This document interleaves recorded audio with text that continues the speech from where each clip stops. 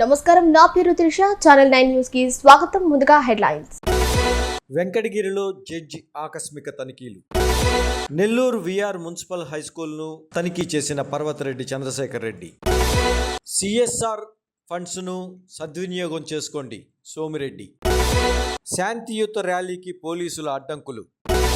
తిరుపతి జిల్లా వెంకటగిరి కోర్టుకు ప్రజల నుండి పలు ప్రభుత్వ సంస్థలపై వచ్చిన ఫిర్యాదుల మేరకు judge Ravi Varma government hospital, BC residential స్కూళ్లలో ఆకస్మికంగా తనిఖీలు చేశారు. తనిఖీల్లో భాగంగా హాస్పిటల్ రోగులకు అందుతున్న వైద్య సేవలపై ఆరా తీశారు. రోగులకు మెరుగైన వసతులు అందించాలని ఆసుపత్రి సిబ్బందికి దిశానిర్దేశం చేశారు. అదేవిధంగా బీసీ రెసిడెన్షియల్ స్కూల్ నందు విద్యార్థులకు వసతుల సౌకర్యాలపై, హాస్టల్ భోజన నాణ్యతపై, విద్యా బోధనపై విద్యార్థుల నుండి ఫీడ్బ్యాక్ అడిగి తెలుసుకున్నారు. ఈ సందర్భంగా విద్యార్థులకు బాత్రూమ్ కొరతపై ఉన్నతాధికారుల దృష్టికి తీసుకెళ్లాలని స్థానిక ఎంఈఓకు ఆదేశాలు జారీ చేశారు. తిరుపతి జిల్లా వెంకటగిరి కోర్టుకు ప్రజల నుండి పలు ప్రభుత్వ సంస్థలపై వచ్చిన ఫిర్యాదుల మేరకు judge Ravi Varma government hospital, BC residential స్కూళ్లలో ఆకస్మికంగా తనిఖీలు చేశారు. తనిఖీల్లో భాగంగా హాస్పిటల్ రోగులకు అందుతున్న వైద్య సేవలపై ఆరా తీశారు. రోగులకు మెరుగైన వసతులు అందించాలని ఆసుపత్రి సిబ్బందికి దిశానిర్దేశం చేశారు. అదేవిధంగా బీసీ రెసిడెన్షియల్ స్కూల్ నందు విద్యార్థులకు వసతుల సౌకర్యాలపై, హాస్టల్ భోజన నాణ్యతపై, విద్యా బోధనపై విద్యార్థుల నుండి ఫీడ్బ్యాక్ అడిగి తెలుసుకున్నారు. ఈ సందర్భంగా విద్యార్థులకు బాత్రూమ్ కొరతపై ఉన్నతాధికారుల దృష్టికి తీసుకెళ్లాలని స్థానిక ఎంఈఓకు ఆదేశాలు జారీ చేశారు.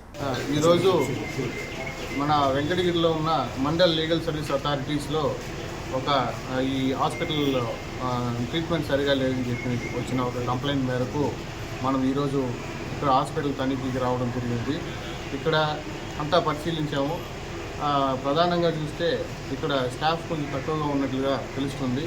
మన డాక్టర్ గారు కూడా సలహాలు తీసుకున్నాము. అది సార్ కూడా ఇప్పుడు అన్ని చూపించిన దాంట్లో చూస్తే ఇక్కడ మేజర్గా అన్నీ కూడా బాగా జరిగేటట్లు తెలుస్తుంది. స్టాఫ్ కొరత వలన కొంచెం సర్వీసెస్ కూడా కొంచెం తక్కువగా ఉన్నట్లు తెలుస్తుంది. డాక్టర్ గారిని అవన్నీ కూడా కొంచెం ఎడ్యుకేట్ చేసిన డాక్టర్స్ని కొంచెం బాగా చేయాలని కూడా నేను కోరుతున్నాను. నెల్లూరు నగరంలోని విఆర్ మున్సిపల్ స్కూల్ను తూర్పు రాయలసీమ ఉపాధ్యాయ ఎమ్మెల్సీ పర్వతరెడ్డి చంద్రశేఖర్ రెడ్డి సందర్శించారు.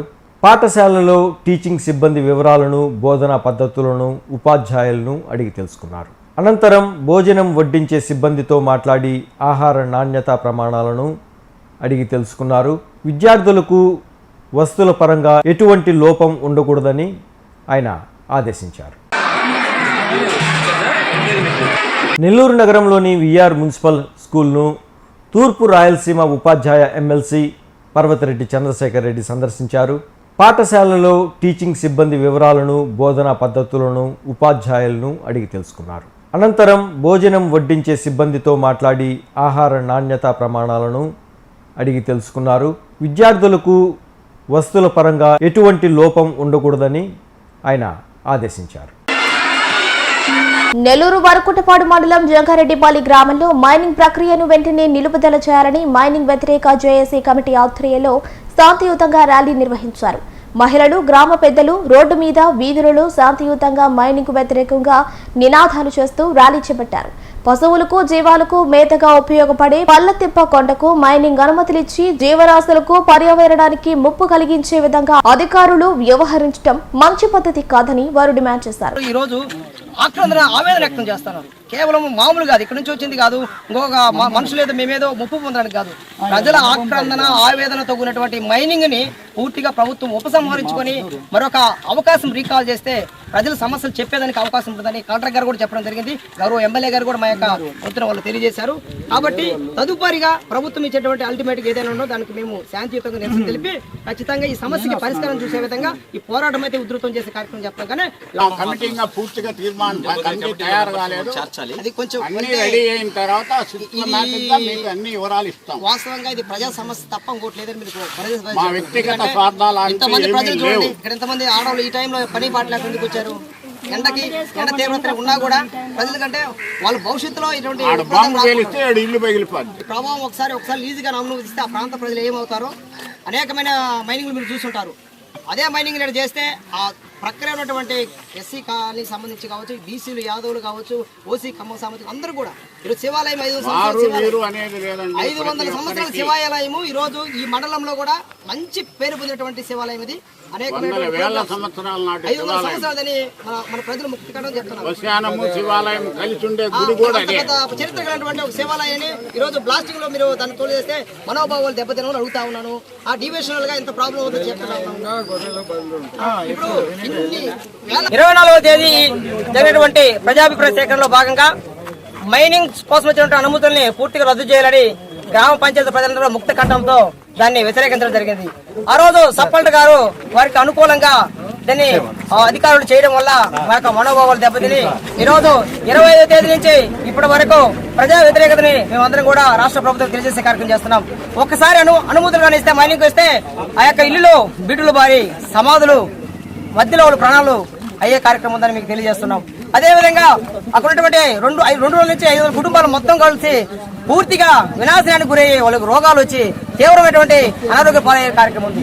అదేవిధంగా పర్యావరణం దెబ్బతిని గ్రౌండ్ వాటర్ కూడా డ్యామేజ్ అయిపోయి పూర్తిగా కలుషితమయ్యి వాళ్ళ జీవితాల్లో చింతరబంధరమయ్యే కార్యక్రమం కూడా జరుగుతుంది. కాబట్టి పూర్తిగా ఈ ఏదైతే ఎన్ఓసి ఇచ్చినటువంటి అధికారులందరూ కూడా పునఃపరిశీలన చేసుకుని రాష్ట్ర ప్రభుత్వం దీని మీద ఒక ఆలోచన చేసి మైనింగ్ ని అనుమతులను పూర్తిగా రద్దు చేసి యథావిధిగా కొన్ని అలా ఉంచి ఈ ప్రజల ప్రాణాలని అడ్డుకోవాలని కాపాడాలని ఈ యొక్క గ్రామ జేఏసీ తరఫున మేమందరం కూడా కోరుతున్నాం. కాబట్టి మమ్మల్ని హక్కులు హరించే విధంగా ఈరోజు పోలీసు యంత్రాంగం కూడా మా మీద తీవ్రమైనటువంటి ప్రయోగాలు చేస్తా ఉన్నారు. మేము అట్టడుగునేటువంటి ఇక్కడ చివరి స్థాయిలో మేమేదో శాంతియుతంగా ర్యాలీ చేస్తుంటే పెద్ద ఎత్తున మా మీద 144 ఇప్పుడు అమల్లో ఉందన్నట్టుగా మా మీద తీవ్రంగా వాళ్ళు ఖండిస్తున్నారు. కాబట్టి పోలీస్ యంత్రాంగం కూడా మేము కోరుకునేది ఏంటంటే మేము బాధలను మా యొక్క ఆవేదనలు కూడా మా ఆక్రమణ కూడా గమనించండి. శాంతియుతంగా మేము చేసుకుంటున్నప్పుడు మీరు లాండ్ ఆర్డర్ని తీసుకుని వచ్చేసి ప్రజలని హింసించే కార్యక్రమం చేస్తున్నారు.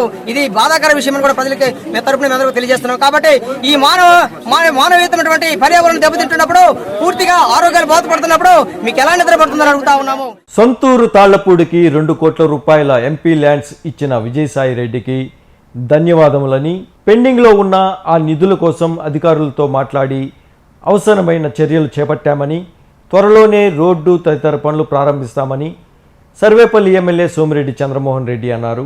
ఆయన ముత్తుకూరు మండలంలో పర్యటించారు. ఈ సందర్భంగా ఆయన మాట్లాడుతూ ముత్తుకూరు ప్రాంతంలో థర్మల్ పవర్ ప్రాజెక్టులు, పామాయిల్ ఫ్యాక్టరీల కారణంగా వెలువడే కాలుష్యంతో ప్రజలు అనేక ఇబ్బందులు పడుతున్నారని, గతంలో ఎమ్మెల్యేగా మంత్రిగా వ్యవహరించిన పెద్ద మనిషి ఏ రోజు సిఎస్ఆర్ నిధుల సద్వినియోగంపై దృష్టి పెట్టలేదని ఎద్దేవా చేశారు. ముత్తుకూరు మండలం తాళ్ళపూడి గ్రామానికి వచ్చాం. విజయసాయి రెడ్డి గ్రామానికి, సొంత గ్రామానికి ఆయన ఎంపీగా ఉన్నప్పుడు 2 కోట్ల రూపాయలు ఇచ్చాడు రోడ్లకి, మిగతా పనులకి. ఇప్పుడు కొన్ని టెండర్ స్టేజ్లో ఉన్నాయి. నేను వచ్చిన తర్వాత ఫాలోఅప్ చేసి పుష్ చేశాము. తొందరగా ఆ పనులు మొదలవుతాయి. So thanks to Vijayasai Reddy. ఆయన సొంత ఊరికి ఒక 2 కోట్లు ఇచ్చాడు కాబట్టి ఆయన ఎప్పుడు ఇక్కడ పుట్టి పెరిగి అక్కడ ఉత్తరాంధ్ర గురించి పట్టించుకున్నాడే కానీ నెల్లూరు జిల్లా గురించి ఏ రోజు పట్టించుకోలే. ఎట్నో సొంత ఊరికన్నా ఒక 2 కోట్లు ఇచ్చాడు, అంతవరకు సంతోషం. అట్లే ఈ ప్రాంతంలో మాకు వచ్చిన ప్రాబ్లం అంతా ఏంటంటే coal based thermal plants, palm oil companies, వాటి వల్ల కాలుష్యంతో కూడా ఇబ్బంది పడే ప్రజలు ఉండరు. సరే, లాస్ట్ ఆయన ఎమ్మెల్యేగా మంత్రిగా ఏ రోజు వాళ్ళ దగ్గర సిఎస్ఆర్ ఫండ్ ఎంత వస్తుంది, దాన్ని ఏ విధంగా పేదోళ్ళకి, హాస్పిటల్స్కి, వర్క్స్కి ఎట్లా వాడుకోవాలని ఏ రోజు ఆలోచన. మనం వచ్చిన తర్వాత ఇప్పుడు ముత్తుకూరు పెద్ద పంచాయతీ, మేజర్ పంచాయతీ, కృష్ణపట్నం గురించి కూడా వాళ్ళు టేక్ కేర్ చేస్తామన్నారు. అదానీ పోర్ట్ వాళ్ళు దత్తత తీసుకున్నారు ముత్తుకూరు పంచాయతీ. అట్లే ఇప్పుడు పామాయిల్ కంపెనీస్ కూడా ఒక్కొక్క గిరిజన కాలనీ అడాప్ట్ చేసుకోమని చెప్పేసి రిక్వెస్ట్ చేస్తుంటారు. సిఎల్ కంపెనీ ఆల్రెడీ ఒక 19,90,00,000 ఇచ్చింది ప్రాథమిక ఆరోగ్య కేంద్రాలకి, సామాజిక ఆరోగ్య కేంద్రాలకి. అక్కడ ఎక్విప్మెంటు, కంప్యూటర్స్, జనరేటర్స్ అన్నీ ఇచ్చినారు. వాళ్ళని మళ్ళీ ఇప్పుడు ఒక 40 మినరల్ వాటర్ ప్లాంట్స్ ఇస్తామన్నారు. అది కూడా లిస్ట్ పంపించాం. అట్లే ఒక మోడల్ హై స్కూల్ కట్టేదానికి బీపీసీఎల్ని పుష్ చేస్తున్నాం. బీపీసీఎల్ కంపెనీ ఇక్కడే ఉంది. నేనేమంటానంటే ఒకటే వాళ్ళకి చెప్పేది, ఏ ఇండస్ట్రీ అయినా మీకు వచ్చే సిఎస్ఆర్ ఫండ్ మా ప్రాంత ప్రజల కోసం ఖర్చు పెట్టాలి. మీరు మా సిఎల్ కంపెనీ హెడ్ క్వార్టర్స్ ఎక్కడ ఉంది ఆ రాష్ట్రంలో పెట్టుకుంటాము, అదానీ పోర్ట్ వాళ్ళు పోయి గుజరాత్లో ఖర్చు పెట్టుకుంటాము, పామాయిల్ బుల్ ఎక్కడ పెట్టుకుంటామంటే కుదరదు. ఇప్పుడు జెమినీని ఎగ్జాంపుల్గా తీసుకోండి. జస్ట్ వరద సహాయం చేయమంటే 2 కోట్లు ఇచ్చింది ఒక్క జెమినీ పామాయిల్ కంపెనీ. మిగతా 9 కంపెనీలు కలిసి 40 lakhs ఇచ్చింది.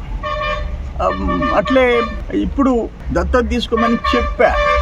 ఇమ్మీడియట్గా వచ్చి నిన్న బ్రహ్మదేవం కట్టమింద గిరిజన కాలనీ దత్తత తీసేసుకున్నారు జెమినీ వాళ్ళు. మిగతా వాళ్ళు కూడా తీసుకోవాలి. అంటే మోడల్గా తీసుకోండి. ఈరోజు సిఎల్ కంపెనీ, జెమినీ కంపెనీ, అట్లే ఇప్పుడు అదానీ కంపెనీ కూడా ముందుకు వస్తుంది. ఆ విధంగా ఈ ప్రాంత ప్రజలని వాళ్ళ బాగోగులు చూసేదానికి ప్రభుత్వ నిధులే కాకుండా ఇప్పుడు కూడా ఒక 6 crores ఎన్ఆర్జీఎస్ కింద శాంక్షన్ చేయించాం. కొన్ని అధ్వానంగా ఉండే రోడ్లకి శాంక్షన్ చేయించాం.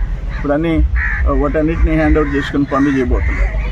ఇట్లా ఎప్పటికప్పుడు ఏ విధంగా నిధులు ప్రభుత్వం నుంచి తేవాలా, ఏ విధంగా పరిశ్రమల నుంచి సిఎస్ఆర్ ఫండ్స్ తేవాలి, ప్రజల సమస్యలు పరిష్కారం చేయాలి. ఇప్పుడు ఇక్కడికి వచ్చాము, ఇక్కడ సవిటి కాలువలు కూడా లేవు, నానా ఇబ్బందులు పడుతున్నారు. వాటన్నిటిని సైడ్ డ్రైన్స్ ఏం చేయాలి. ఆయన అయితే మాజీ ఎమ్మెల్యే, మాజీ మంత్రి. సవిటి కాలువలకు కూడా ఆయన ఒక పలక, ఆయనకంటే ఎత్తుండే పలకలు పడిపోండే గ్రామాల్లో. ఈ వార్తలు ఇంతటితో సమాప్తం. మరో బులెటిన్లో మళ్ళీ కలుద్దాం.